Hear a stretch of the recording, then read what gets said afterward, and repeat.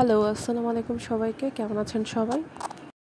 ইদানিং দেশি ফ্রুটসের টক ঝাল মিষ্টি বিভিন্ন ফ্রুটসের মাখানো ভর্তা খেতে খুবই ভালো লাগছে।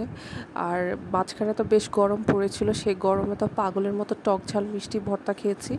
আর আজকে তো বিভিন্ন জায়গায় বৃষ্টি হয়েছে, তারপরেও আমি ভাবলাম যে আনারস মাখা বানাই। আপনাদের সাথে কথা বলতে বলতে অলরেডি আমি আনারসগুলো কুচি কুচি করে ফেলেছি, আর সাথে দিয়ে দিয়েছি চিলি ফ্লেক্স। এটা আমার পিৎজার সাথে এসেছিলো, আমি সেটাই দিয়ে দিয়েছি। আর দিয়ে দিলাম বিট লবণ। আমি কিন্তু সামান্য পরিমাণ লবণও দিয়েছিলাম, সেটা স্কিপ হয়ে গেছে। সবশেষে দিয়ে দিব আমার আম্মুর গাছে লাগানো ধনিয়া পাতা আর কাঁচামরিচ কুচি। এটা খেতে এত পরিমাণ মজা, কি বলবো! এটা একবার খেলে আপনারা পুরো ফিদা হয়ে যাবেন। আর যারা আনারস খেতে পছন্দ করে না, তারা ঠিক এইভাবে আনারস মাখা খেয়ে দেখবেন, এটা খুবই মজা লাগে। ধনিয়া পাতার একটা স্ট্রং ফ্লেভার আসে, খেতে দারুণ লাগে।